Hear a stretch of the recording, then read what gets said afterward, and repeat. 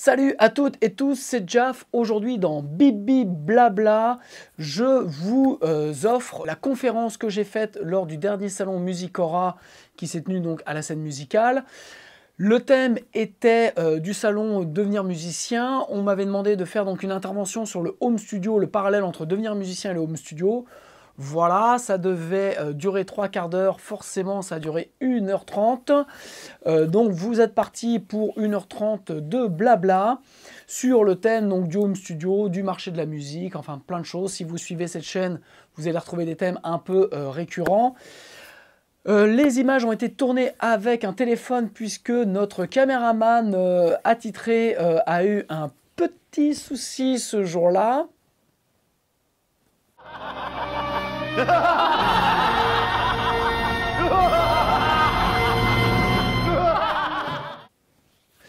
Voilà, en attendant le visionnage qui là pour le coup va être passionnant, un peu chiant mais passionnant, je vous invite à vous abonner à ma chaîne YouTube. On se retrouve après le jingle pour donc la conférence donnée lors du salon Musicora. À la semaine prochaine, je vous embrasse, ciao.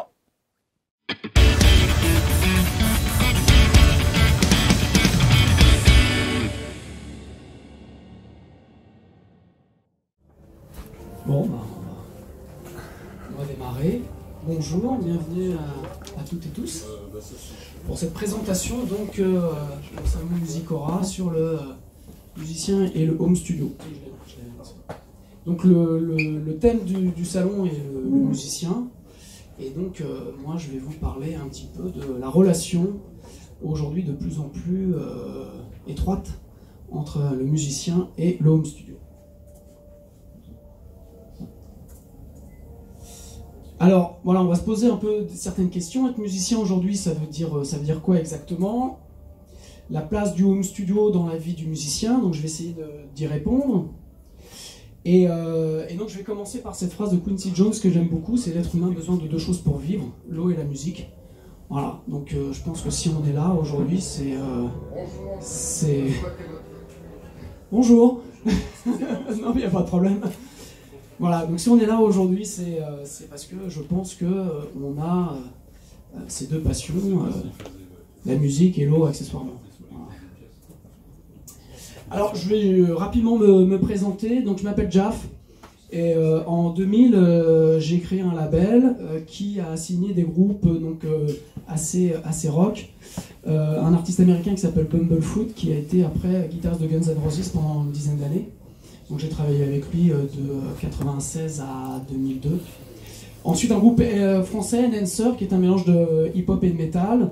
Donc on a vendu plus de 20 000 galettes en tant qu'indépendant début des années 2000, donc c'était un beau score. Et un groupe de pop qui s'appelait Enola, et le chanteur après est devenu Armand Méliès, je ne sais pas si vous connaissez. Il a fait 3 titres sur le dernier album de Bachung. Le dernier, voilà, Bleu Pétrole. Lofofora, bon, plein d'autres. Entre les deux, donc il y a un trou dans mon CV, j'ai travaillé dans la chimie puisque je me suis pris la crise du disque.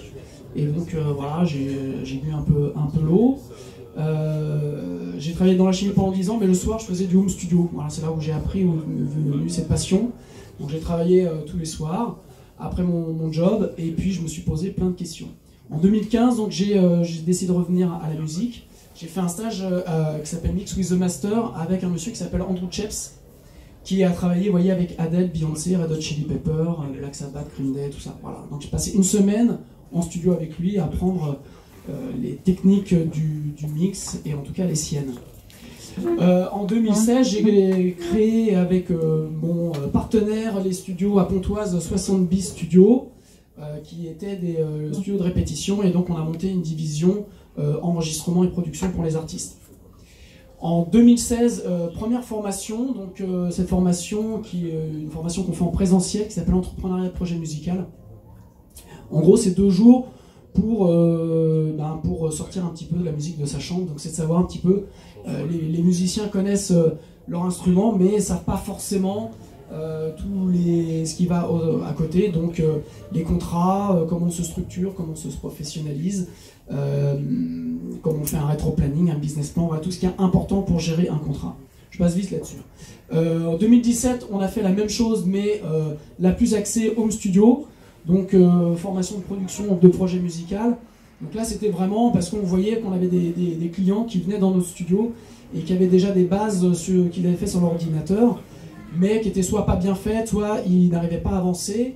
Et nous, notre objectif, c'était de leur dire, mais il y a des choses, vous allez nous payer, ça sert à rien, vous pouvez continuer à le faire sur votre ordinateur, vous pouvez avancer, vous n'avez pas besoin de nous pour ça.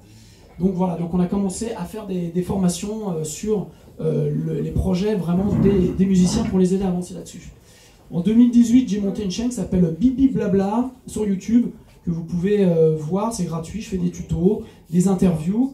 Donc vous avez différents types d'interviews. J'ai eu la chance l'année dernière d'interviewer Jean-Félix Lalanne qui sera là demain. Et qui est un beau début de collaboration entre nous sur des choses qui vont arriver. Et puis je fais des tutos voilà, divers et variés sur du matériel, sur du mindset, sur comment apprendre et gérer un peu sa vie de musicien. Et voilà, cette année, le site libérezvotremusique.com, l'objectif de donc c'est un site de e-formation, de formation en ligne, avec des modules qui vont de 1 heure à plusieurs dizaines d'heures. L'objectif, c'est toujours le même, c'est d'accompagner les musiciens, qu'ils soient amateurs ou professionnels, dans leur parcours, dans leur volonté d'avancer, et pour éviter de se retrouver comme moi j'ai pu me retrouver des années face à mon ordinateur en me disant mais mince, comment je fais, par quel bout je le prends. Donc voilà, ce site a pour objectif d'être un partage d'expérience, un partage de connaissances, donc c'est ni une académie, ni une école, c'est moi qui partage mes expériences, et moi et d'autres bien entendu, puisque voilà, quand j'ai besoin d'un batteur, je fais appel à un batteur professionnel qui va dispenser un cours. Donc là on a filmé la première formation qui va sortir, c'est sur comment accorder une batterie. Ça paraît bête, je peux vous dire que j'ai des clients moi aujourd'hui en prestation qui sont batteurs et qui ne savent pas accorder leur batterie, et je me retrouve moi en tant qu'ingénieur du son à galérer pour essayer de leur faire un son qui soit potable. Donc première formation, on a fait ça. Il va y avoir des formations par exemple sur comment on fait une mise à plat. C'est pareil, quand on a un home studio, on enregistre plein de choses mais on ne sait pas faire une mise à plat, on parle directement de mix et c'est une erreur, donc on va voir ça dans la présentation. Donc, comment on fait une mise à plat simplement, comment on peut enregistrer son groupe avec 4 micros dans son local de répète, et un gros module qui va arriver en septembre sur comment devenir musicien, entrepreneur. Et donc là, ça rejoint la formation qu'on fait en présentiel avec Mathieu depuis 2 ans, mais qui va être donc en module e-learning, sur la partie vraiment comment on gère son projet. Je passe là-dessus, c'est pas forcément le sujet. Voilà. Donc moi, je me définis en artisan, comme un artisan en son et musique. On aime bien parler d'ingénieur du son, moi j'aime pas trop, parce que déjà, j'ai pas fait forcément des études là-dessus. En plus, ingénieur, tout le monde sait ce que c'est un ingénieur. Voilà, moi j'ai pas forcément de diplôme, je parle avec mon expérience, je parle avec mon passé, puisque je viens du home studio, et en fait, voilà, à la base, j'avais pas forcément prévu de me professionnaliser dans la production, vraiment de son, mais l'amour du home studio m'a amené sur ce parcours. Voilà. Donc, combien de personnes ici ont un home studio? De quoi, le home studio? Oui. Est-ce qu'un ordinateur avec un séquenceur qui peut enregistrer, c'est un home studio? Voilà. Ok, donc voilà, vous êtes en majorité. Donc, et combien de personnes savent vraiment l'utiliser? Qui a des galères? Alors en gros, qui se retrouve là? Je ne sais pas si vous voyez bien, mais c'est sur... voilà. Est-ce que vous vous retrouvez parfois devant votre ordinateur en vous disant, mais mince, par quel bout je dois le prendre, quoi. Comment ça se passe? C'est quoi cette usine à gaz? Voilà. C'est tout le problème, c'est qu'aujourd'hui, le home studio est un outil très puissant. Et mais il faut apprendre à le maîtriser. Alors, j'aime beaucoup déjà ce monsieur. Déjà parce qu'il a une magnifique moustache. Bruce Sweden, qui est donc le producteur qui a enregistré et mixé les 2 albums de Michael Jackson, donc Thriller et Off the Wall. Donc on est dans le lourd. Et j'adore cette phrase qui est vraiment quelque chose que j'essaie de suivre à la lettre. Donc en fait il dit, en studio le plus dur c'est le premier million d'heures. Après c'est plutôt facile. Voilà, donc ça montre bien l'humilité du monsieur, Et le home studio, et ben en fait c'est pareil. C'est pareil que le studio, c'est-à-dire que on a tendance à penser que une fois qu'on a un ordinateur, une carte son, un séquenceur et des plugins, que voilà, on a tout. Et c'est vrai, on a tout. Mais si vous n'avez pas fait votre premier million d'heures, bah, vous pouvez, alors pas prétendre en tout cas à atteindre la perfection et la qualité de ce monsieur. Alors, pour revenir au thème aussi de Musicora, le musicien c'est quoi? Donc si on prend rapidement la définition de Wikipédia, qui est très simple, hein, c'est une personne qui joue ou compose de la musique. Voilà, donc je pense que, par contre, ici tout le monde est un petit peu dans ce cas-là, hein, voilà, tout le monde est musicien. Et moi je rajouterais, en fait, aujourd'hui, c'est pas seulement l'expert qui sait jouer d'un instrument, qui maîtrise un instrument, c'est la personne qui est capable de créer du contenu qui permet au contenu d'exister. Pourquoi j'insiste là-dessus? Parce que je vais vous expliquer un petit peu, c'est pour moi aujourd'hui toute la différence et tout l'intérêt du home studio dès l'instant où le musicien comprend qu'il n'est pas seulement un interprète, il n'est pas seulement un expert qui maîtrise un instrument, il est la personne qui permet au contenu d'exister. Alors, on est dans l'ère de YouTube, on est dans l'ère de tous ces trucs-là, et pour moi, le musicien est un content creator, c'est-à-dire que, comme je viens de vous le dire, voilà, il a l'œuvre est en lui, et il a l'expertise, il a la maîtrise pour pouvoir en faire quelque chose et permettre à ce contenu d'exister. Alors, pour qu'il existe, voilà, il a le pouvoir donc de le faire exister en composant, en jouant, et aujourd'hui en plus il peut le véhiculer au plus grand nombre avec le home studio s'il le maîtrise, et puis aujourd'hui voilà, de sortir de la musique, donc ne serait-ce que sur YouTube, sur Facebook, et même sur les plateformes de téléchargement, soit Spotify, Deezer, iTunes et tout ça, il a aujourd'hui le pouvoir, j'insiste vraiment sur ce mot-là, parce que c'est quelque chose que moi je rencontre au quotidien et que je trouve que les artistes n'ont pas assez cette confiance en se disant voilà, ils ont le pouvoir de maîtriser aujourd'hui leur œuvre. Alors, avant, voilà, moi quand j'ai démarré donc, ma carrière en tant que producteur, il y a plus de 20 ans, on avait, c'était le réseau maison de disques, producteur, voire les deux, qui était obligatoire pour un artiste. Aujourd'hui, c'est plus du tout le cas. La période n'a jamais été aussi idéale pour les musiciens aujourd'hui pour pouvoir créer de la musique et pour pouvoir gérer son contenu. Puisque donc vous avez le home studio et vous avez tous les outils pour pouvoir vraiment diffuser votre musique. La seule problématique, je vous dirais, c'est de savoir utiliser cet outil de home studio. Alors, voilà, donc pour moi, l'outil du home studio est un outil d'émancipation du musicien, quel que soit son style, puisque vraiment, c'est un outil dont vous faites exactement ce que vous voulez, et donc il permet l'indépendance et vraiment l'accomplissement et la gestion du projet, c'est-à-dire que le musicien, l'artiste, il garde la main sur son contenu, et il peut faire exactement ce qu'il a envie de faire, ce qui n'était pas le cas avant, je peux vous l'assurer. Alors voilà, un home studio, pour répondre à votre question, c'est ça. Voilà. Vous avez un ordinateur, une carte son et un micro, et vous avez votre home studio. Avec ça, vous pouvez tout faire. Si jamais vous devenez fou, vraiment, vous cassez le compte en banque, c'est-à-dire que si vous rajoutez un micro, et ben là vous avez un studio d'enregistrement. Hein, c'est ni plus ni moins ça, j'exagère, mais en gros, dès l'instant où vous avez plus de un micro, vous êtes carrément en configuration studio d'enregistrement, parce que n'oubliez pas que le plus grand groupe du monde, il a enregistré avec 4 pistes. Hein. Donc, ils avaient vraiment très peu de moyens. Ils ont fait des œuvres qu'on écoute toujours. Et aujourd'hui, donc avec votre home studio, vous avez forcément plus de 4 pistes. On va le voir après. Et donc, vous n'avez aucune limite à votre créativité. Vous n'avez aucune limite à ce que vous pouvez faire. Et c'est d'ailleurs un des dangers. On va le voir par la suite. Donc, quand on voit que le home studio est un ordinateur, une carte son et un micro, c'est accessible, on va dire, quasiment à tout le monde aujourd'hui. Mais c'est plus une logique, en fait, une méthodologie de travail et des compétences qui vont vous permettre, à outils équivalents, parce qu'on a quasiment tous les mêmes outils, on a la possibilité d'avoir tous ces outils-là qui vont nous permettre de nous différencier. Alors, voilà, les investissements, on voit aujourd'hui, pèsent de moins en moins sur le musicien, et c'est ce que moi je dis en séance à certains de mes musiciens qui viennent dans nos studios, c'est leur dire, voilà, en fonction des budgets, on leur dit, non, mais ça, vous pouvez le faire chez vous.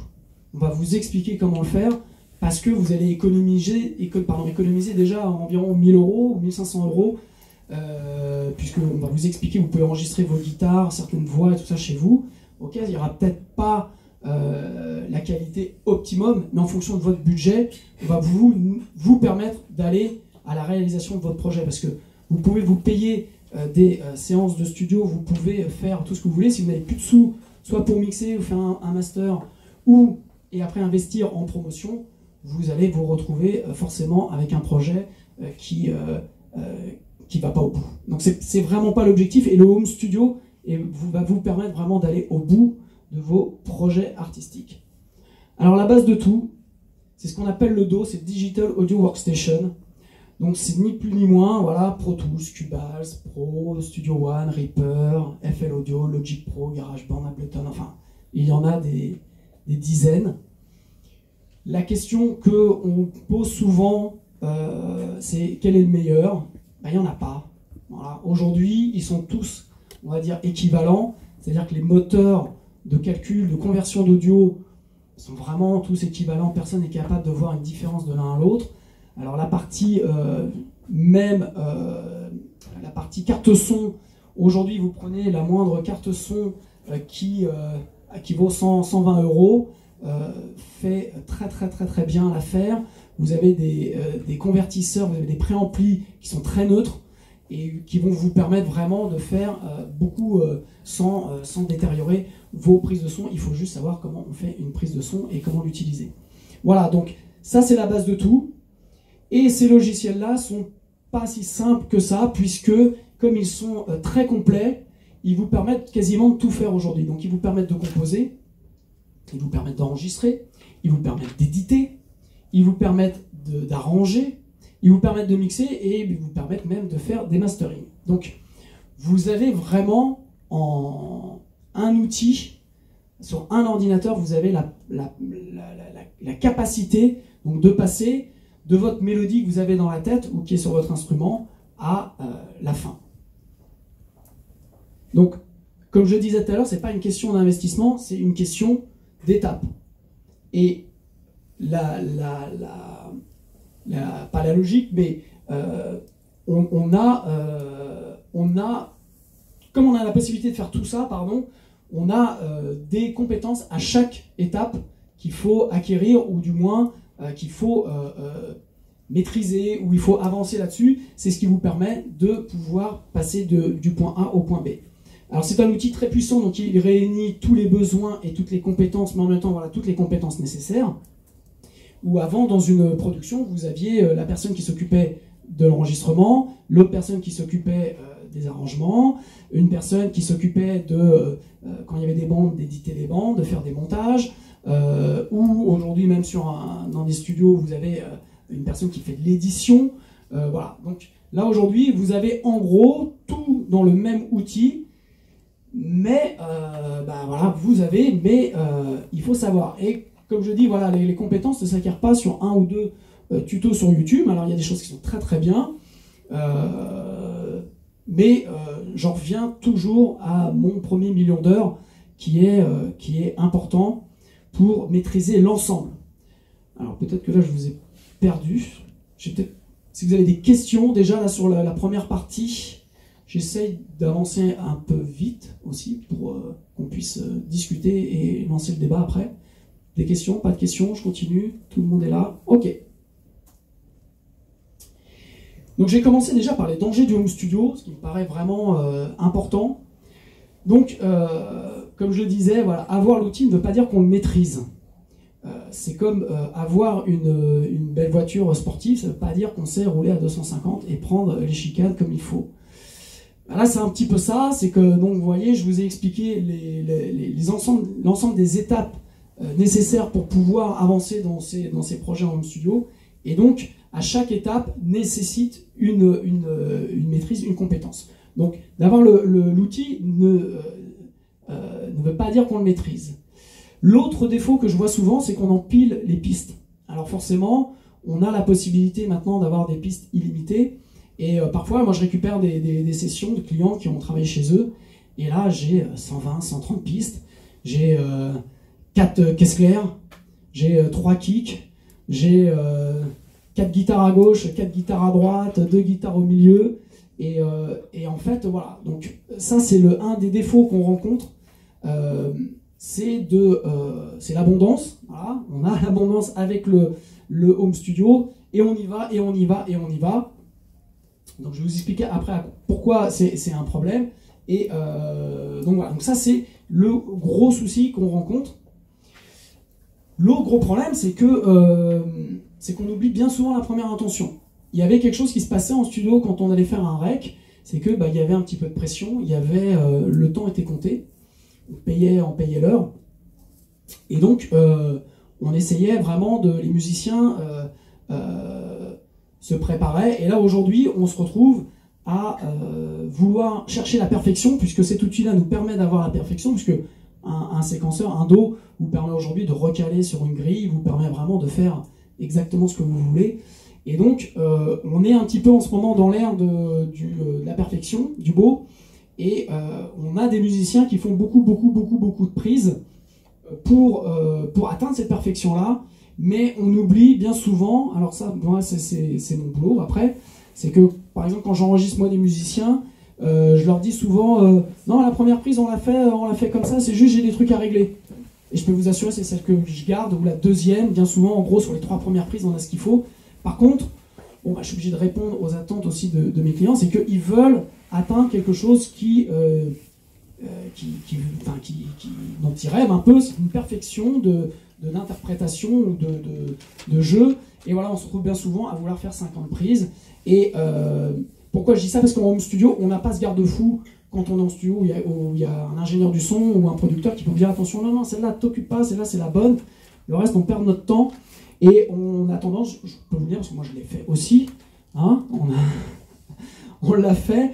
Et voilà, j'ai fait des fois des 100 prises sur un truc pour me rendre compte que je tout mettre à la poubelle et recommencer 2 jours après pour essayer d'avoir une intention. Voilà, donc ça c'est un des gros défauts du home studio. L'autre chose, c'est ne plus bien se préparer parce qu'on peut tout corriger. Alors oui, on peut tout corriger, oui, ça permet de faire d'éviter la catastrophe, parfois, mais voilà, quand vous corrigez, c'est-à-dire que on prend l'exemple de l'autotune pour la voix que tout le monde connaît, alors ça peut permettre de faire illusion, mais vous rajoutez quand même quelque chose sur la voix et vous perdez certaines émotions, certaines intentions de la voix. Si vous recalez un peu trop sur la grille, vous allez aussi créer un espèce de flou sur le jeu du musicien. Et en fait, on a des productions, on a aujourd'hui des artistes qui passent des heures et des heures à éditer dans le mauvais sens leur production dans leur home studio, voulant atteindre une perfection dont, je vous dis, tout le monde se fout. Voilà. Puisque en fait, au final, tout ce qu'on aime, grosso modo, c'est des gens qui vous véhiculent une émotion. Et le danger du home studio, c'est d'aller corriger trop, et donc d'effacer certaines émotions, d'effacer vraiment ce que certains musiciens ont voulu mettre dans leur jeu et dans leur musique. Donc ça, c'est le gros piège du home studio. L'autre piège, c'est de jamais finir. Alors ça, je peux vous dire, parce que je sais très bien de quoi je parle, c'est le gros souci du home studio et de travailler quand on a son outil, c'est d'avoir du mal à terminer, parce qu'on se dit, mais je peux mieux faire. Oui, on peut toujours mieux faire, mais on peut aussi faire pire.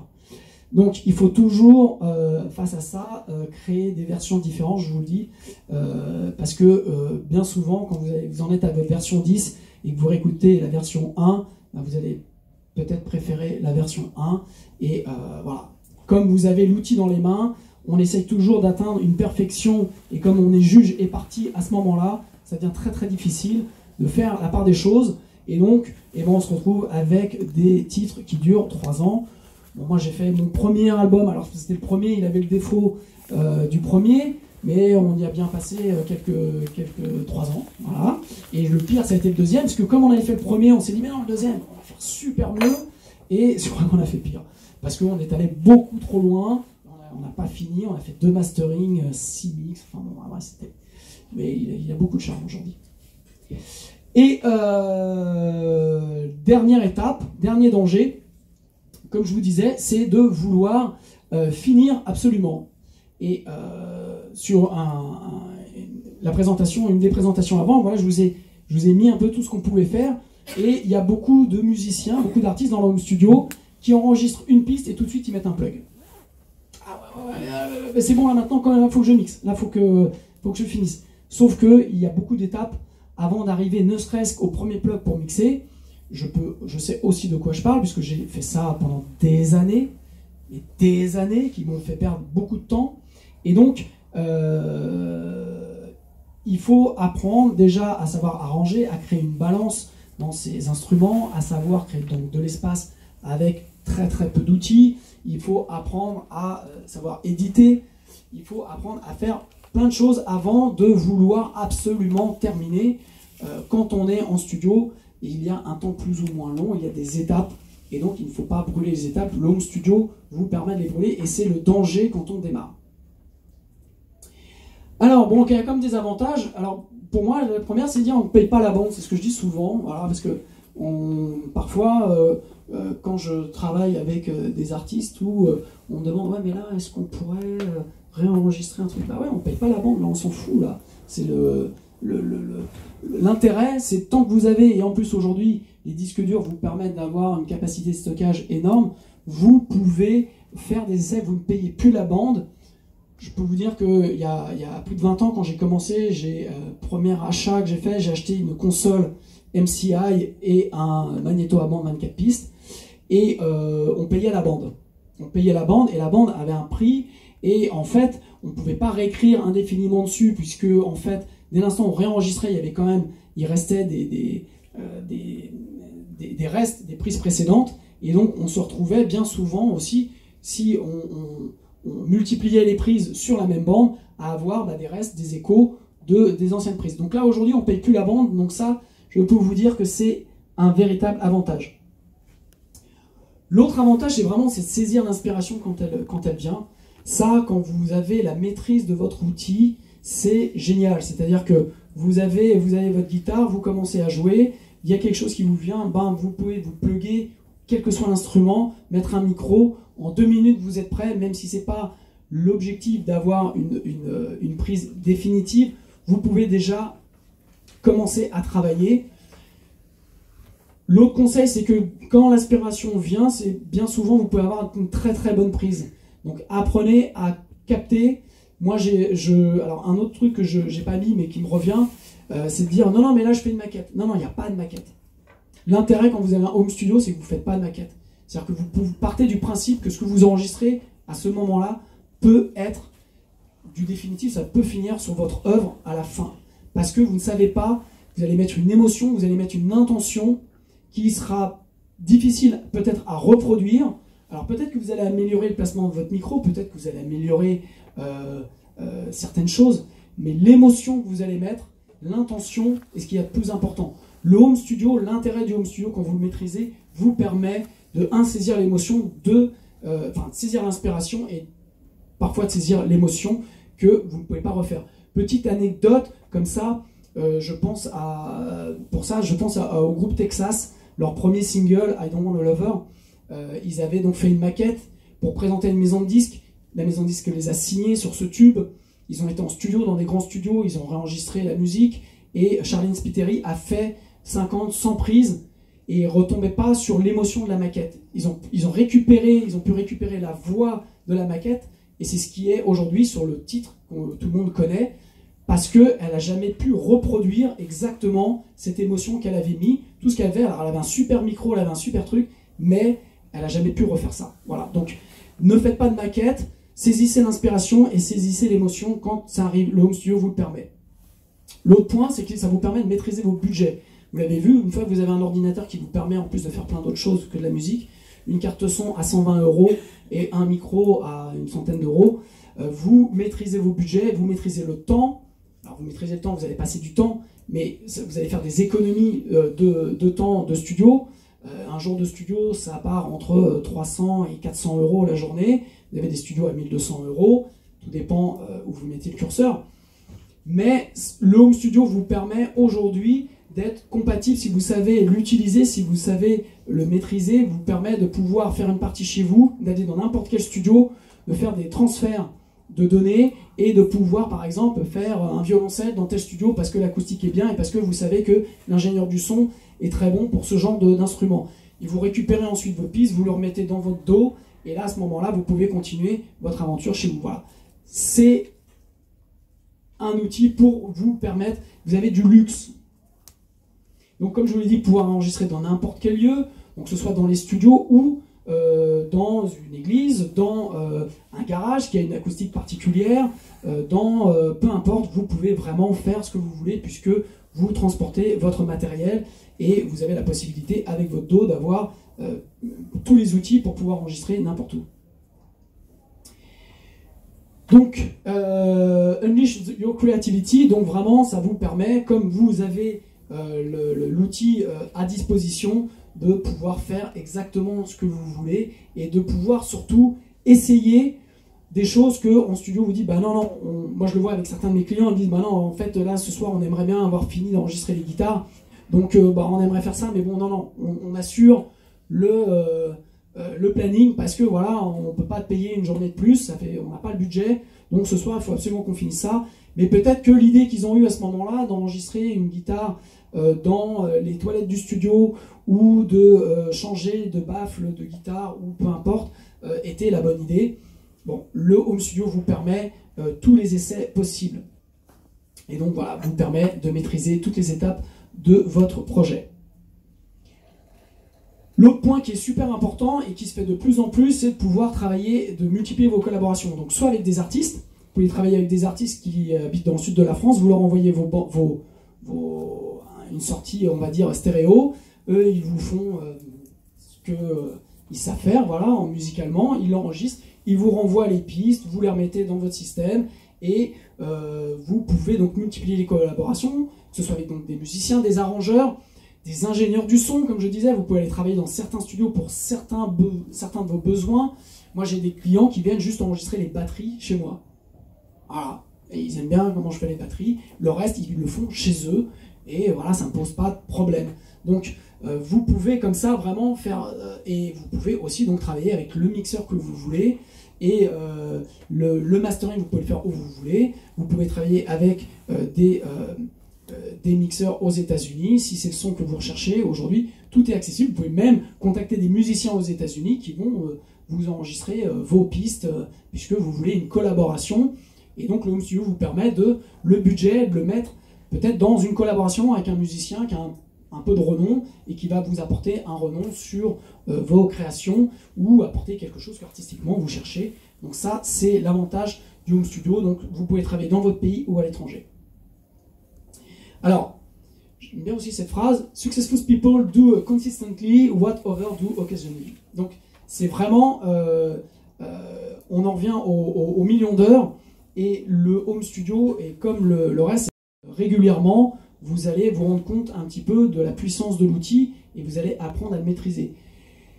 Si vous, forcément, vous faites un petit peu, qui peut vous aider, mais c'est vrai que vous avez le travail de l'outil, mais vous avez aussi, qui va avec, on ne se rend pas compte, c'est le travail de vos oreilles. Quand vous travaillez, on travaille de la musique, donc en tant que musicien, vous savez ce que c'est, mais la musique qu'on enregistre, la musique qu'on produit, les oreilles ne réagissent pas du tout pareil et l'image mentale n'est pas la même que l'on a en tant que musicien. Donc vous devez apprendre à avoir cette image mentale de la musique et pour pouvoir avancer. Et pour ça, si vous pratiquez une fois de temps en temps, vous allez avoir des difficultés, vous allez avoir du mal. Donc voilà, donc travaillez par étapes. Apprenez à maîtriser votre dos, donc vous avez commencé par la base, ne commencez pas par vouloir mixer ou faire un mastering d'entrée de jeu.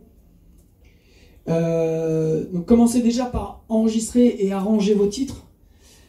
Rien que ça, vous allez faire des économies si vous devez aller en studio. Déjà, ça, c'est des heures et des heures et des heures et des heures et des heures. C'est-à-dire que ça peut représenter les 3/4 de votre budget pour faire un album, pour faire un EP, pour faire un titre. Donc, si vous savez déjà faire ça, c'est énorme.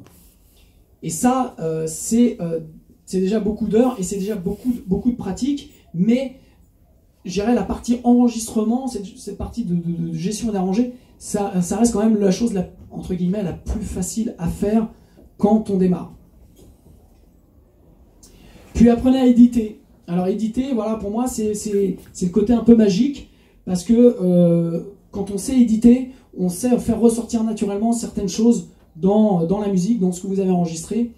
Et c'est un travail soit de boucher, c'est-à-dire que, comme je vous l'ai dit tout à l'heure, on a eu la période où tout le monde mettait sur la grille et on recalait absolument tout, ou alors c'est juste d'aller chercher certaines phases du jeu, certaines choses, et pouvoir les recaler juste comme il faut. Ça se joue à la milliseconde. Je peux vous assurer que d'avancer ou de reculer une guitare sur un refrain ou sur un couplet d'une milliseconde peut changer énormément de choses. Vous allez recréer, vous allez supprimer certains problèmes de phase ou ce qu'on appelle le comb-filtering entre le ratio entre les instruments entre eux, et le fait de juste de décaler d'une milliseconde va vous faire respirer votre titre et vont vous remettre de la clarté sans avoir mis le moindre plugin, sans avoir compressé, sans avoir équalisé, bref, sans avoir commencé un petit peu à charcuter des choses qui ne méritaient pas d'être travaillées. Voilà. Et enfin, donc, si vous voulez mixer ou apprendre à masteriser, repensez donc forcément à la phrase de Bruce Sweden. Trop de home studioistes veulent démarrer par la fin. Et je le répète, j'ai été dans ce cas-là de nombreuses années à vouloir tout de suite à me rêver à la place de ce monsieur-là, et donc de vouloir d'acheter tous les plugins qui faisaient rêver, qui je pensais étaient la solution pour être autonome, et en fait de me planter et de croire que si je sais, ce qui n'est pas le cas. Plus vous allez avancer dans ce parcours, j'aime bien le mot, vous allez avancer dans ce parcours-là, plus vous allez apprendre à travailler simplement et efficacement en ayant le moindre outil. Aujourd'hui, je travaille beaucoup, par exemple, quand je travaille avec Cubase Pro. Voilà, j'ai fait le choix de Cubase Pro il y a 15 ans. Et de plus en plus, j'utilise les EQ, les compresseurs, enfin les trucs de base qui sont donnés avec Cubase Pro, plutôt que certains plugins que j'ai achetés très très cher, 300 € le bout, que j'utilise mais carrément plus aujourd'hui, et j'utilise le petit truc de Cubase qui fonctionne très bien. Voilà. Alors pourquoi le mixage? Parce que le mixage pour moi c'est faire entrer un éléphant dans un trou de souris. On m'a tout demandé mais c'est quoi le mixage? Alors c'est très dur à expliquer je trouve, mais en fait pourquoi un éléphant? Parce que vous avez plein de pistes, vous avez plein de fréquences qui vont de 20 à 20 000 ou au-dessus, Hertz, et l'objectif c'est de faire entrer ça dans un petit trou. Donc voilà, donc pour faire ça, c'est assez compliqué, ça demande beaucoup de pratique, ça demande beaucoup d'heures de travail, et on ne s'improvise pas mixeur. On peut enregistrer simplement, on peut faire vraiment des choses très bien, tout seul, en démarrant, en chopant quelques tutos, ou en faisant une formation pour être autonome rapidement, mais ça, c'est quelque chose qui demande beaucoup plus de pratique. On me demande sur les formations que je vais présenter sur mon site donc, de e-learning, est-ce que vous faites quelque chose sur le mix? Pour l'instant, non, je ne veux pas, parce que je pense que déjà, il y en a plein d'autres qui le font, donc c'est très bien, et moi, ce qui m'intéresse plus, c'est le chemin à faire pour arriver à ça, et avant de se dire, tiens, je vais mixer, il y a d'autres choses à apprendre. Alors pour le mastering, c'est un peu la même chose, puisque après, c'est de faire croire que cette souris ressemble à un éléphant, donc c'est l'inverse. Donc pour ça, ça montre vraiment l'image mentale que l'on doit avoir, c'est-à-dire que vous mixez, vous faites rentrer un éléphant dans un trou de souris, et après vous devez faire croire sur le mastering que cette souris ressemble à un éléphant. Voilà, donc en conclusion, il n'a jamais été de meilleur moment aujourd'hui pour être un musicien, et deux, pour avancer dans la musique.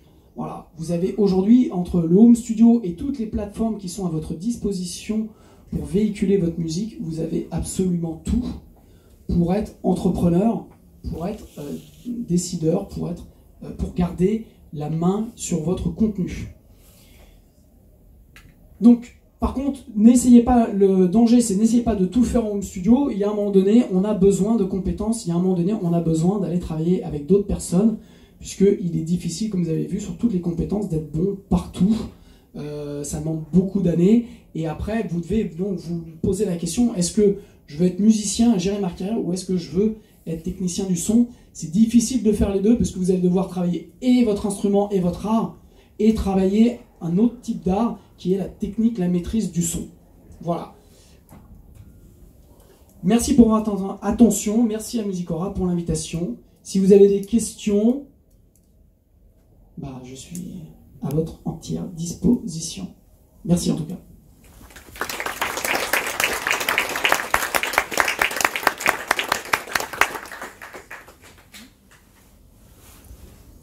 Alors, pour ceux qui n'ont pas de questions, qui vont avoir des questions, j'ai un stand, je crois que c'est I25. Donc c'est libérer votre musique, vous pouvez passer avec grand plaisir, je répondrai à vos questions ou sur plein de choses. Voilà. C'est votre site, ça? Oui, voilà. Moi je me pose la question, je fais des choses chez moi comme ça. Qu'est-ce qui fait la différence entre, on parlait de mixeur, enfin quelqu'un qui fait du mixage en professionnel et du mastering. Qu'est-ce qui fait que leur résultat sera bien meilleur que n'importe qui, que moi ou qu'un autre? Alors, aujourd'hui... On a tendance à dire que moi je suis incapable de faire du mastering, alors pourtant il y a des options dans Cubase qui permettent ça. Mais n'importe quel musicien me dira non, c'est pas la peine, voilà. J'aimerais bien comprendre la... Ça fait partie pour moi des légendes urbaines de la musique, de dire voilà, c'est pas possible si t'as pas le compresseur de mastering à 10 000 €, c'est pas possible, tu peux pas faire si t'as pas ta pièce qui est étudiée acoustiquement. Voilà. Il y a on se met naturellement beaucoup de freins, tout dépend où vous mettez le curseur. Donc après, vous avez des productions qui sont sorties dans le commerce, qui ont vendu des millions d'albums, et quand vous les écoutez, ou quand, par exemple moi je les écoute objectivement, je trouve que c'est mal fait. Et après c'est une question de goût. Donc vous, si vous avez envie d'avancer, vous pouvez très bien aujourd'hui avancer, ne serait-ce qu'avec les outils de Cubase. Maintenant, vous allez dire oui, mais peut-être que mon résultat ne sera pas comme... Enfin, je sais pas ce que vous aimez comme musique, mais comme le dernier Radiohead, ou peu importe l'album que vous avez acheté, et vous aimez absolument la production. C'est avant tout aujourd'hui, et c'est ça qui est beau dans le côté démocratique de cet outil aujourd'hui, c'est que c'est la compétence qui va parler. Aujourd'hui, vous avez de plus en plus d'artistes. Pourquoi les gros studios d'enregistrement, il y en a beaucoup qui ferment? Parce que les investissements sont énormes, et qu'aujourd'hui, vous pouvez arriver à des résultats avec un home studio si vous savez l'utiliser. Voilà. Donc vous pouvez très bien faire des choses qui vont vous permettre d'avancer dans votre parcours d'artiste. Ok, vous n'allez pas avoir la production peut-être idéale, mais tout dépend le budget que vous allez mettre, tout dépend le temps. Comme je disais, on est dans l'ère du content creator, c'est-à-dire que l'important c'est de sortir régulièrement de la musique. Aujourd'hui, on ne peut plus faire un album tous les 5 ans. Donc, plus vous allez apprendre à maîtriser votre outil, plus vous allez pouvoir sortir régulièrement du contenu. Donc, par rapport à ce que vous voulez faire, oui, vous pouvez, avec Cubase, avec n'importe quel logiciel, vous pouvez faire du mastering. Après, je vous dirais, quel est le mastering? Comment est votre piste de base? Moi, parfois, on me demande de masteriser. J'ai des clients qui m'envoient leur piste pour faire du mastering. Et là, je vais passer un temps incroyable parce que c'est mal mixé. Et donc, comme je mets mon nom à la fin sur le côté mastering, j'ai plutôt intérêt à ce que ça sonne un petit peu bien. Donc, il m'arrive de faire de la récup. C'est-à-dire que je vais récupérer, je vais carrément remixer un petit peu leur fichier stéréo. Parfois, j'ai un limiteur, j'ai 2-3 trucs à faire, et puis ça va très bien. Donc, vous voyez, il n'y a pas de réponse. Il n'y a pas de réponse. Vous avez des albums qui sortent dans le commerce, il y en a qui sont très bien réalisés, il y en a qui le sont moins bien, mais tout dépend de ce que l'artiste souhaite. Après, moi, ce que je peux ne pas aimer, peut très bien convenir à quelqu'un. Voilà. Et le son que moi je peux faire peut ne pas vous convenir et peut convenir à un autre de mes clients. Vous voyez? Donc en fait, il n'y a pas vraiment de règle. La seule règle, j'en ai pas parlé là parce qu'après c'est un peu long. Si vous voulez comparer deux mix ou deux masters, vous devez les comparer à volume identique. Puisque l'oreille se fait tromper dès l'instant où il y a 0,5 dB de plus. C'est-à-dire que si vous avez un titre, c'est-à-dire que je vous fais écouter un titre, le même titre, il y en a un, il a 0,5 dB de plus, tout le monde dans la pièce va me dire qu'il préfère celui qui a 0,5 dB de plus. C'est logique, c'est ce qu'on appelle la courbe de Fletcher et Munson, et donc c'est de l'acoustique, l'oreille préfère ce qui est plus fort. Sauf que c'est le problème quand on mixe, on a tendance à vouloir mixer trop fort, et donc c'est pour ça que bien souvent, nos mix finissent, quand on démarre, tout petit. Parce qu'en fait, on a des problèmes de volume, et on ne sait pas régler, parce qu'on trompe son oreille. Donc, tout ça pour vous dire que, enfin, j'ai pas vraiment de réponse. Vous pouvez très bien avancer, après, si vous devez faire le choix, par exemple, de quelqu'un qui va mixer ou masteriser, c'est d'écouter déjà ce qu'il fait, parce que musicalement, ça correspond à l'image que vous avez de votre musique. Et ensuite, c'est de comparer à volume équivalent, puisque pendant des années, on a fait des masters très très forts, pensant que les gens aimaient ce qui était fort. Parce que, enfin, oui, je vous expliquais, c'est logique. On préfère à la base ce qui est fort.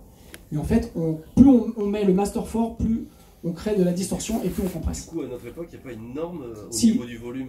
Enfin, Alors, justement, ça aussi, alors, poser la question. C'est le grand bien de Deezer et Spotify. Je trouve que le seul truc qu'ils ont fait vraiment de bien, c'est comme à un moment donné, quand ils ont démarré, ils se sont rendus compte qu'il y avait des clients qui se plaignaient en disant bah ouais, mais quand j'écoute Pink Floyd, je suis obligé de mettre le volume à fond, et quand j'écoute un truc qui vient de sortir, bam, ça pète. Parce que c'est le mastering, on a fait des masters de plus en plus forts. Donc eux, ils se sont dit, bah non, on ne peut pas déranger le client, donc on met tout à moins 14 dB LUFS, donc c'est une norme, je ne vais pas rentrer dans le détail. Et donc ils ont tout mis à moins 14 dB LUFS. Donc c'est-à-dire que les Pink Floyd, les albums des années 70 ou des années 80, bah, ils n'ont quasiment pas touché le volume. Et tout ce qui était après 2000, où on a fait la course au mastering fort, donc ce qu'on appelait la loudness war, on a tout baissé. Sauf que comme on a créé artificiellement du volume sur ces masterings très forts, on a écrasé les crêtes, on a écrasé la dynamique. Et une fois qu'on rebaisse, on se retrouve avec quelque chose qui n'a plus de dynamique et qui au final sonne moins bien que les vieux albums des années 60 ou 70. Et tout le monde s'en est rendu compte. C'est pour ça qu'aujourd'hui, les ingénieurs du son reviennent à des mix et des masterings dans des normes raisonnables, en gérant vraiment la dynamique, parce que c'est ça la nouvelle norme aujourd'hui, c'est de gérer la dynamique, c'est plus de mettre un limiteur en sortie d'un master et tourner le bouton, c'est vraiment d'apprendre à gérer la dynamique, et c'est ça qui est difficile. Donc, pour en revenir à votre réponse au mastering, tout dépend de ce que vous voulez. Vous pouvez juste vous prendre un mastering, il y en a un limiteur, pardon, très bien, vous baissez le slide, et puis vous allez avoir un truc fort qui va faire l'affaire, qui va vous permettre... Voilà. Maintenant, si vous voulez vraiment quelque chose de bien fait, et ben c'est comme tout, c'est un peu ce que j'ai expliqué, c'est qu'à chaque étape, il y a des choses qu'il faut savoir faire, que ce soit sur le niveau d'enregistrement, sur le niveau des mixages, sur le niveau du mastering, sur tout un tas de choses. Donc j'ai pas une réponse à vous faire. Moi, ce que je fais, quand j'ai un client qui me pose une question, je lui dis bah, envoyez-moi vos titres et je vais vous dire un petit peu ce que je peux en faire ou ce que je peux vous proposer, parce que en fait, il y a autant de façons de mixer qu'il y a de personnes derrière une console ou derrière un ordinateur qui mixe. Voilà. Il n'y a pas de vérité. Il y a des vérités, mais après, au final, la personne qui mixe, qui fait le master, c'est un côté artistique. Donc, c'est à vous de faire le choix de la personne qui va correspondre à ce que vous souhaitez. Merci. Oui.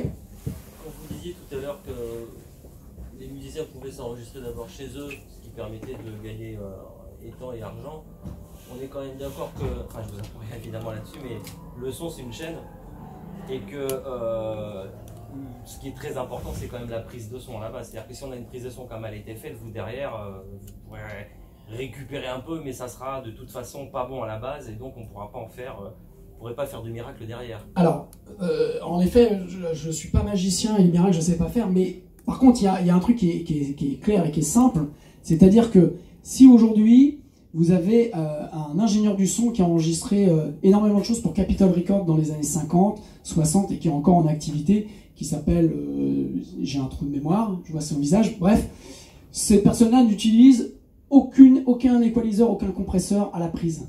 il fait sa prise en plaçant le micro. Parce que la vraie équalisation d'une prise de son, c'est le micro en fonction de la source. Si vous avez besoin de plus de bas, bah vous allez chercher plus de bas. Si vous avez besoin de plus d'aigus, si vous avez besoin de plus de reverb, vous éloignez. Et donc, vous pouvez aujourd'hui faire simplement. Ce que je préconise bien souvent à des musiciens qui veulent s'enregistrer parce qu'ils n'ont pas les moyens, c'est de leur dire plus la chaîne sera simple entre votre micro et votre carte son, moins vous ferez d'erreurs. Donc plus ça sera facile pour moi de récupérer ou d'améliorer. C'est-à-dire que si vous avez bien positionné et vous êtes bien pris la tête avec votre casque ou sur vos enceintes à positionner pour faire quelque chose, et bien déjà vous allez éviter de mettre une mauvaise EQ, éviter de mettre une mauvaise compression, ou comme certains pensant mettre un préamp à lampe qui vaut 200 balles, qui me rajoute énormément de merde, ou au final après je peux rien en faire. Voilà. Donc aujourd'hui, je le répète, les cartes son que vous avez pour 120 € dans le commerce sont des cartes son très très bonnes, qui travaillent en 24 bits, sur des résolutions vraiment nickel. Vous pouvez avec 120 € faire des prises de son très bien, si vous vous prenez un petit peu la tête. Et donc la technique quand on démarre, c'est d'éviter qu'il y ait un intermédiaire, on va dire, entre le micro et la carte son, et de placer le micro au plus près de la source, ou à ce qui sonne le mieux pour vous. Voilà. Et là, après, à partir de là, on peut faire tout ce qu'on veut. Et à respecter le niveau d'enregistrement en entrée de votre carte son dans votre séquenceur, ce qui est très très très important. Quand ça tape dans le rouge, c'est pas bon. Hein. Voilà, voilà. Donc le niveau, c'est moins 18 dB l'UFS, pour être sûr. Il n'y a vraiment aucune différence entre les logiciels pour la prise de son? Non. C'est-à-dire qu'un Audacity gratuit et un Cubase, ça sera exactement le même résultat au niveau de en fait, la prise. Il y en a qui ont fait des essais de savoir avec le même micro positionné en essayant des trucs. Non, il en ressort rien, quoi. Il en ressort rien ou si jamais il y a 0,2 dB de plus à l'enregistrement, bah ouais, on va se trouver que c'est mieux, mais parce que c'est plus fort. Non, sincèrement, vous pouvez, c'est comme le débat sur les plugins, aujourd'hui en disant, oui, mais par exemple, le 1176 compresseur de telle marque, est-ce qu'il sonne mieux que de telle autre marque, et est-ce qu'il est plus proche de la vérité? Sincèrement, on s'en fout un peu, enfin moi personnellement je m'en fous, j'utilise des outils que j'entends, qui me plaisent, après est-ce qu'ils sonnent aussi bien que l'original? Ah, vous voyez, après, l'intérêt, c'est d'avancer, quoi. Et c'est de dire, voilà, mon dos, j'ai pris Cubase, j'ai pris Pro Tools, j'ai pris peu importe, bah, je vais apprendre à le maîtriser. Et partez vraiment du principe qu'ils sont tous bien, quoi. Il n'y en a pas un mieux que l'autre. Il y en a, moi je sais que j'aime pas Pro Tools, j'aime pas la logique. En plus, j'ai l'impression de travailler avec un logiciel du RSS parce que je le trouve moche. Voilà, j'aime bien Cubase pour le côté graphique, parce qu'il a plein de fonctionnalités que j'aime. Voilà, il a des défauts, mais je m'en accommode bien. Voilà. Aujourd'hui, ça fait 15 ans que je le pratique, je fais tac tac tac, j'ai mes raccourcis, ça me va très bien. Voilà. C'est l'intérêt du home studio, c'est l'intérêt de maîtriser ces outils. Après, il y en a qui ont passé du temps à essayer de... Non. Il y a quelques années, encore oui, les moteurs, les codages n'étaient pas aussi bons qu'ils le sont aujourd'hui. Aujourd'hui, en termes de plugins, vous avez des codages qui sont fantastiques. C'est-à-dire que, pourquoi ils sont fantastiques? Parce que déjà, on est vraiment très très proche de la réalité. Par exemple, sur des tranches SSL ou des choses comme ça. Et surtout, vous avez zéro latence. Donc vous pouvez vraiment en mettre 70. Et en fait, votre ordinateur, même si c'est un ordinateur standard, il ne va pas bouger, quoi. Donc là, le codage a fait quelque chose. Et les Cubase qui plantaient pendant un moment, ou les autres, aujourd'hui, ils plantent quasiment plus, quoi. Quand ils plantent, c'est qu'il y a une mise à jour Windows ou Mac qui est en cours, ou qu'il y a un truc qui va se passer, quoi. Mais normalement, ça plante plus.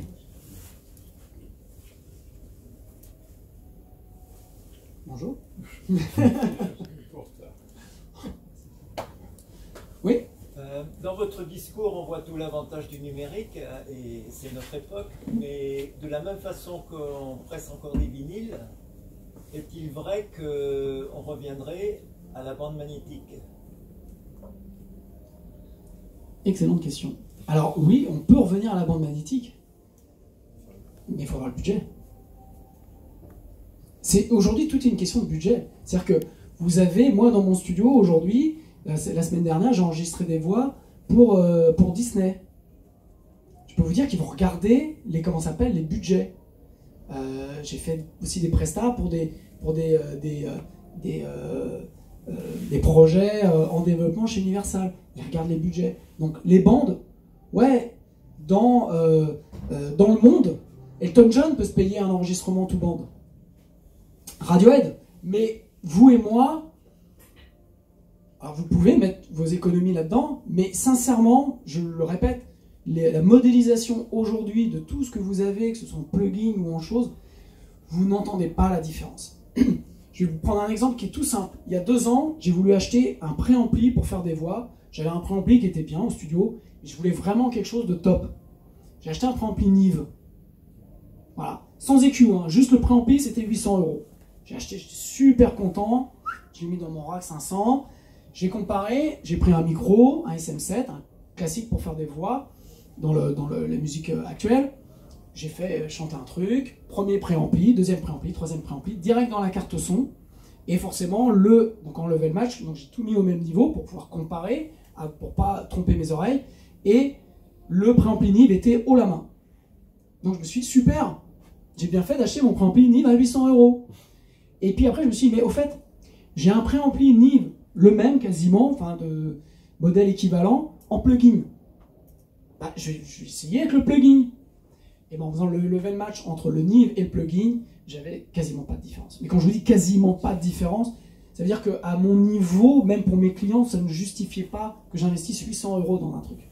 Voilà, ça c'est la réalité. C'est-à-dire qu'aujourd'hui, vous avez des gens derrière, vous avez des bécanes qui fonctionnent tellement bien, qui fonctionnent tellement vite, vous avez des gens sur les codages qui sont tellement forts, qui vous permettent d'avoir ça. Après, oui, que Elton John a envie de se faire plaisir avec des bandes, sûr, mais bien sûr que à la prise de son, je ne vais pas vous dire non. Bien sûr qu'à la prise de son, vous allez avoir une différence, vous allez avoir une patine, vous allez avoir un grain, vous allez avoir quelque chose. Mais qui a les moyens aujourd'hui de ça? Parlez-en à des gros studios, le peu qui existent encore, qui ont du mal à joindre les deux bouts, parce qu'il n'y a plus de clients pour ça.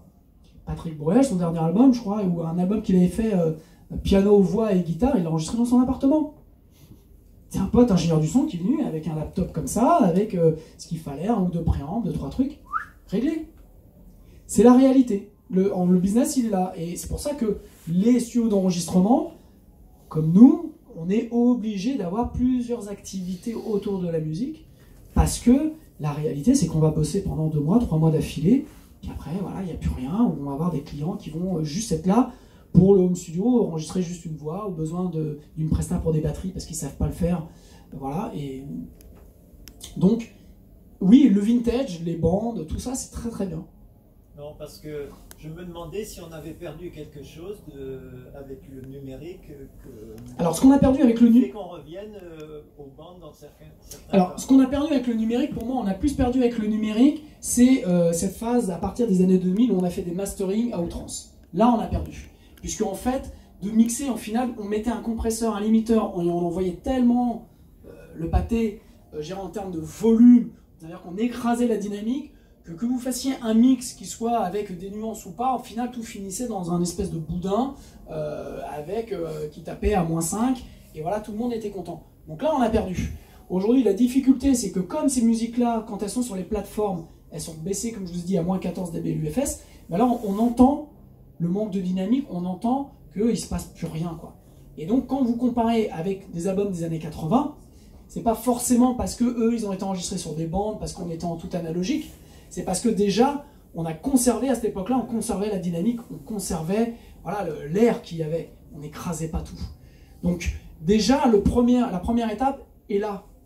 Après, oui, peut-être qu'une fois que tout le monde se sera remis à travailler, il y a de plus en plus d'ingénieurs du son et qui reviennent vraiment à ça. Vous avez dans la pop le dernier album qui est fantastique en termes de production, qui est le dernier Daft Punk, où ils ont enregistré tout en analogique, donc dans les studios aux États-Unis, sur bande. Ils voulaient aucun effet numérique, ils voulaient rien du tout, et ils ont fait vraiment un album qui est somptueux. Mais il est somptueux aussi pourquoi? Parce que jusqu'à la phase du mastering, ils ont fait 6 masterings pour des masterings différents en fonction des plateformes.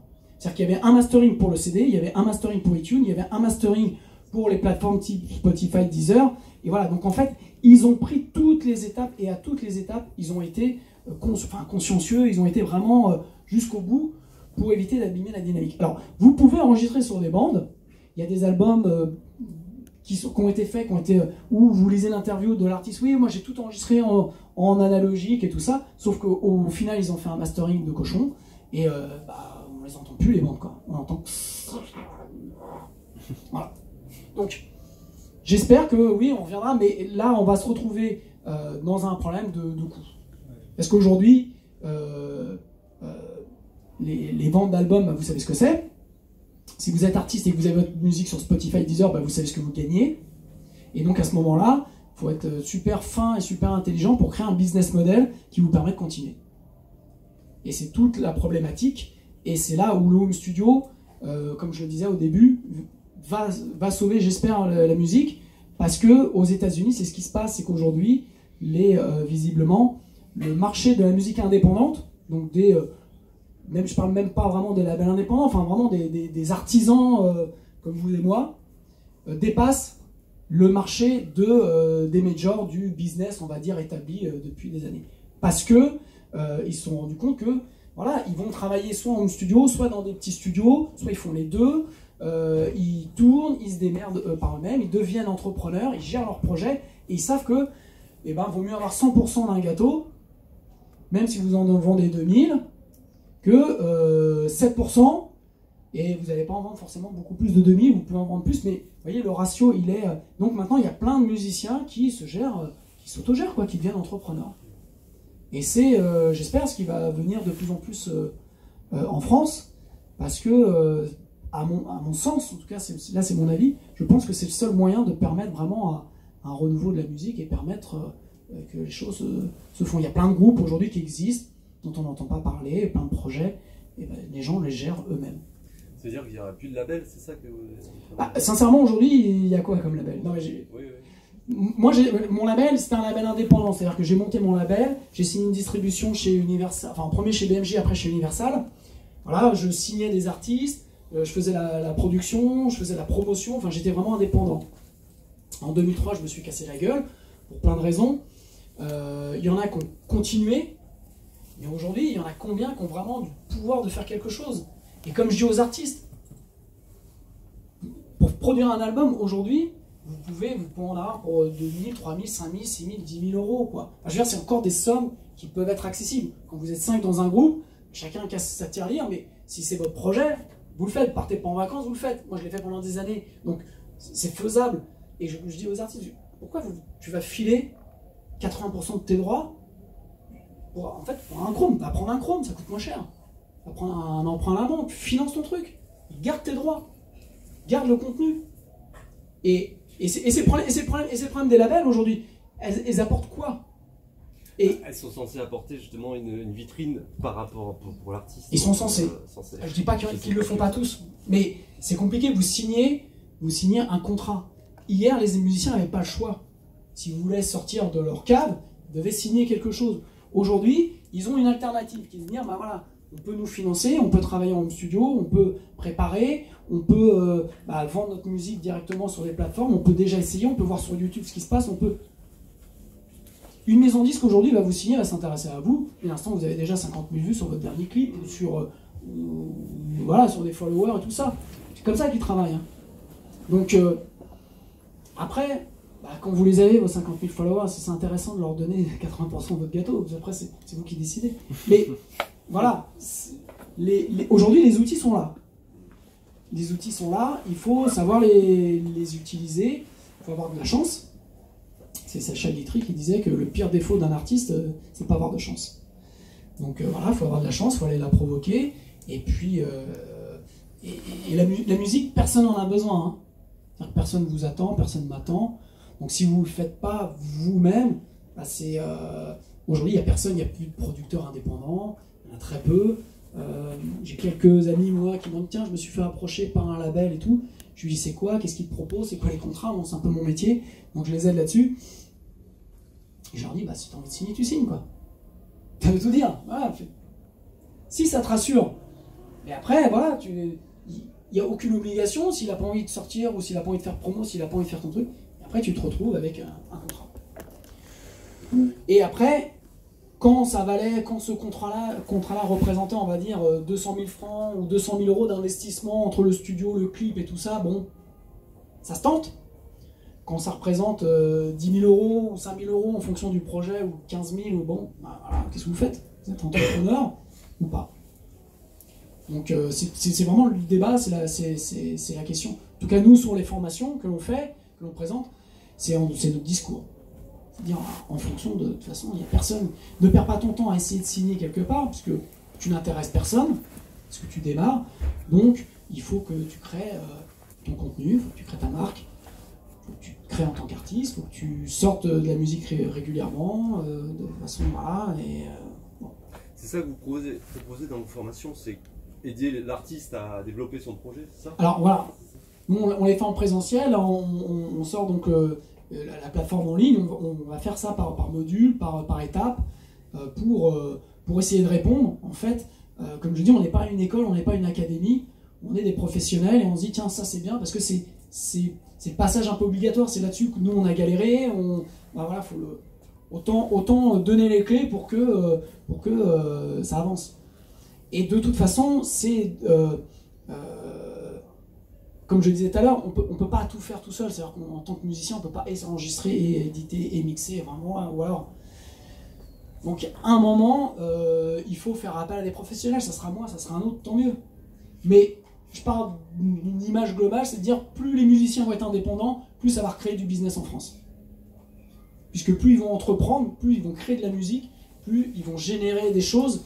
Et plus donc ça va faire vivre tout le monde, quoi. C'est une économie voilà, qui est, enfin, à mon sens, qui est basée là-dessus. Ce qui n'était pas le cas avec les maisons de disques, et ce qui est moins le cas encore aujourd'hui, parce que voilà. Et pareil sur les plateformes Spotify, Deezer, quoi. Vous avez la même problématique, hein, de savoir quand vous voyez ce que vous touchez. Je sais pas qui est sur ces plateformes-là, qui a des œuvres sur ces plateformes, hein. C'est intéressant? Oui, voilà. Mettez ça dans un business plan, allez voir votre banquier avec ça, il va se marrer, quoi. Mais il n'y a pas de logique, quoi. C'est-à-dire qu'on parle d'un truc, j'ai une chaîne YouTube aussi où je fais des trucs gratos, j'ai fait un musique. D'un côté, vous proposez que le public écoute votre musique gratuitement sur ces plateformes-là, avec des taux de compression en plus un peu pourris et tout ça, et de l'autre côté, vous essayez de les appâter avec votre album, votre CD. Bah, on réagit tous de la même manière, on prend le gratos, hein. On va pas prendre ou alors, si vous allez à un concert, si vous allez... Ben voilà, c'est comme ça, oui, donc ça marche. Oui, mais ça, pour moi, j'appelle ça... En fait, c'est du merchandising pour moi. C'est-à-dire que le CD devient un objet de merchandising, c'est-à-dire que vous allez le vendre avec un t-shirt, vous faites une promo, t-shirt plus CD, ça vaut aussi 15 balles. Ça marche. Mais aujourd'hui, vous n'avez plus de Fnac. Moi, quand j'ai commencé, donc voilà, il y a plus de 20 ans, on pouvait encore, en tant que groupe autoproduit, aller voir sa Fnac dans le coin, parce qu'il y avait toujours un bon vendeur qui vous prenait, qui faisait un peu une façade et tout. Après, j'ai bossé pour EMI, j'étais vendeur dans le disque pendant 3 ans. Bon, bah voilà, mon boulot, moi, c'était de faire comme on en disait, on tankait les magasins, quoi. On arrivait, on vendait de la galette, quoi. Bon, maintenant, ça se passe plus comme ça. Maintenant, c'est par centrale, et puis vous allez dans une Fnac, regardez le rayon disque. C'est le marché. Le marché, il est là. C'est-à-dire qu'aujourd'hui, dans les ventes, les calculs des ventes des disques d'or, moi, il y a quelques années, c'était 100 000, hein. Maintenant, c'est 50 000, et dans les 50 000, ils prennent en compte le streaming, ils prennent en compte tout un autre truc, donc c'est peanuts. Qui gagne de l'argent? Certaines majors encore, et Spotify, Deezer. Puisque les artistes leur donnent leur catalogue pour rien. Et eux, ils font de la capitalisation boursière, c'est leur métier, hein. Ils vendent de l'abonnement et ils capitalisent sur des trucs qui leur appartiennent pas. Bon, je suis allé un peu trop loin. Ça, c'est mon point de vue. C'est le discours sur qui est-ce qui produit la valeur, quoi. C'est-à-dire que le producteur, il se retrouve comme ça, et puis le distributeur qui produit une valeur, on va dire, par rapport à celui qui produit le contenu, et ben c'est lui qui a... Et c'est bon. Mais on pourrait trouver ça chez les producteurs de lait, mais c'est pour ça qu'il y a des producteurs de lait, de fromage qui se regroupent, qui créent des coopératives, qui vendent sur Internet. C'est la même chose. Sur l'époque qui veut ça, mais j'ai l'impression qu'il y a une espèce de basculement. Les gens sont en train de se rendre compte. Oui, mais moi je peux vous dire que les musiciens que j'ai encore dans mon studio, des fois je tombe des nues parce que je vois des jeunes qui ont une vingtaine d'années et qui me parlent de maisons de disques et de labels et tout. J'ai envie de leur dire, mais moi c'était le discours de mon époque, quoi. C'était il y a 25 ans qu'on parlait comme ça, quoi. Aujourd'hui, mais comment vous pouvez penser qu'une maison de disques d'avoir envie de signer un groupe. Alors, je dis pas que ça arrive pas, mais j'ai le cas d'un ami à moi qui a signé chez Universal parce qu'il avait décroché les premières parties de la précédente tournée d'Indochine. Donc il faisait des stades, enfin bon, voilà, il brassait un peu du monde. Et il a fait des pieds et des mains pour casser son contrat parce qu'il n'a rien eu d'Universal. Quand il chopait des synchros sur des émissions télé de sa musique, parce que c'est lui qui allait les choper, Universal n'envoyait même pas les contrats pour signer les trucs. Enfin bon, c'était l'enfer. J'ai absolument rien contre Universal, hein, s'il y a quelqu'un d'Universal dans la salle. D'ailleurs, j'ai rien contre personne, en général. Mais voilà, c'est... Aujourd'hui, je redis, les musiciens créent du contenu. Ce contenu leur appartient. Et ils ont le pouvoir de le donner, de le vendre et d'en faire ce qu'ils veulent. Et dès l'instant où on comprend ça, c'est-à-dire que le musicien change le rapport de force va changer, je pense. Et donc, par contre, faut mettre en place des choses derrière, forcément. Mais vous n'attendez plus quelque chose qui n'arrivera pas. Est-ce que il y aura une tendance qui, justement, on parlait des plateformes Deezer, Spotify, tout ça, où les musiciens vont se rendre compte aussi que c'est pas dans leur intérêt finalement. Et un peu comme pour la bouffe où maintenant on mange bio. Est-ce que c'est une tendance qui a l'air de... Ouais, moi j'invente pas grand chose, hein, je suis pas plus intelligent que ça, donc je constate aussi des choses qui se passent aux États-Unis où le marché de la musique indépendante est en train d'exploser. Et en fait, il y a plein de musiciens qui disent non mais c'est bon, moi j'y vais plus. C'est pour avoir, moi je touche, en tant que producteur, je touche 0,0007.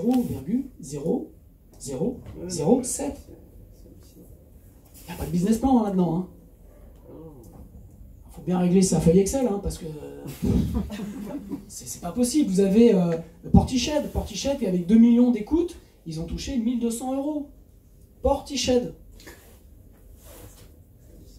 Bon, il y a un moment donné, forcément, ça va s'arrêter. Il y a des artistes qui vont dire... Alors, vous avez Cabrel qui a refusé d'être sur ces plateformes-là pendant des années, mais il y est maintenant. Et oui, mais parce qu'il a pris un contrat à la Cabrel.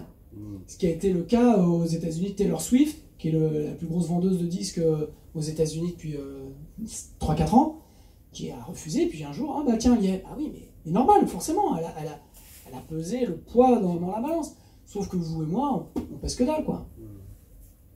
On peut juste peser de ne pas leur donner notre contenu. Mais après, voilà, je vous dis, c'est un avis, j'ai rien contre ces gens-là. Hein. Mais quitte à, moi, aujourd'hui, ma musique, je la donne. Bah oui. Puisque de toute façon, on ne me la paye pas sur les plateformes. Donc autant que je la donne. Mais au moins, je sais pourquoi je la donne. Et quelque part, je me dis, alors forcément, avec le nombre d'écoutes, j'enrichis pas ni Deezer ni Spotify. Mais c'est une question, c'est une question de principe, philosophique. Hein. Je pense qu'il y a plein d'artistes. Vous avez Radiohead, si je dis pas de bêtises, refuse d'être. Les Black Keys refusent. Enfin voilà, il y a plein de musiciens, d'artistes qui disent non, bah non. Tant que et en plus il y a un vide juridique qui soi-disant va être comblé avec l'article 11 et 13 là. Mais bon, moi je suis sur les plateformes depuis 2008. J'ai jamais touché de la SACEM, j'irais avec des redevances mécaniques normalement, comme on a sur le pressage de CD, quoi. Normalement, ils sont censés payer ce genre de trucs aux auteurs et compositeurs. Même s'il y a 1 euro, ça va être 1 euro symbolique en disant voilà, pour le peu que vous avez contribué, bah, on vous donne 1 euro. J'aurais été content. Mais non. Bon. Donc le home studio vraiment s'inscrit pour moi pleinement dans cette époque et dans ce changement. Ouais. Le problème, alors le home studio bien, alors après on fait une production, et comment les gens vont aller sur internet écouter des choses même qui ont été mises en ligne gratuitement. Aujourd'hui, où en sommes-nous pour toucher des radios qui ont une certaine ambiance, des choses comme ça. C'est un peu comme les maisons de disques autrefois, il n'y a pas moyen, quoi. Bah, en fait, après, c'est... Surtout si ça provient d'un home studio, ça va être poubelle directe. Parce qu'il y aura un a priori, pas de distributeur, pas de si vous leur dites sur le CD que vous leur envoyez, je l'ai enregistré avec mon Cubase et ma carte son à 120 €, peut-être que oui, ils vont vous le dire. Sincèrement. Mais ça ne dit rien. Alors, moi, je vous mets au défi, certains journalistes ou autres, de voir une différence, quoi. Enfin, oui, je sais bien. Il n'y a pas de... il n'y a pas de, comme je vous dis, il y a des productions qui sont faites dans des très beaux studios. J'ai eu le cas chez moi de récupérer notamment des sessions batterie qui ont été faites dans des studios dont je tairai le nom. Bon voilà, c'est à 1200, 1300 € la journée. Bon, c'était ridicule. Donc là après, bon, le débat est lancé. Forcément, j'ai pas toutes les réponses, mais après, aujourd'hui, quand certains artistes essayent de motiver certains journalistes de certains magazines qui vendent très peu, parce qu'aujourd'hui la réalité elle est là aussi, c'est-à-dire qu'il y a 20 ans les magazines avaient un pouvoir, parce qu'il y avait beaucoup le lectorat était important. Aujourd'hui en fonction, il peut être faible. Donc est-ce que vous avez besoin de travailler avec tel magazine pour espérer que vous allez toucher... Voilà, après c'est une question de stratégie, quoi. Vous pouvez déjà rayonner régionalement, et si déjà régionalement vous avez votre clientèle, ou vos fans, bah, vous pouvez en vivre, et puis après élargir le cercle, et puis pour moi sont plus des rencontres, sont plus voilà, des choses comme ça. Les médias, pour avoir bossé au début des années 2000 dans mon label indépendant et motiver les médias, quand j'ai sorti un projet qui s'appelait Enhancer, c'était des jeunes de la banlieue parisienne, personne n'en voulait, et quand on a atteint les 8000 ou les 15 000 ventes, à ce moment-là, tous les médias m'ont appelé pour me demander une interview ou pour me demander un truc, alors que j'avais passé 6 mois à galérer pour leur envoyer du son. Voilà, c'était la même chose, ils n'en voulaient pas. Après je peux comprendre, enfin bon voilà, mais il y a des choses qui se passent sans médias. Il y a des artistes qui refusent de faire des interviews, qui refusent de faire des... Alors, bien souvent, ce sont aussi des gens qui ont une notoriété, mais vous avez des artistes qui tournent, qui font des choses, qui sont inconnus du grand public, mais qui ont travaillé dans l'ombre. Je crois que Trio, ça a été ça pendant des années. Le succès de Trio, c'est d'avoir travaillé dans l'ombre sans énorme prétention, et ils ont fait les salles des fêtes, les machins, les trucs, et puis voilà. Donc, voilà, le plan média, c'est encore un autre sujet.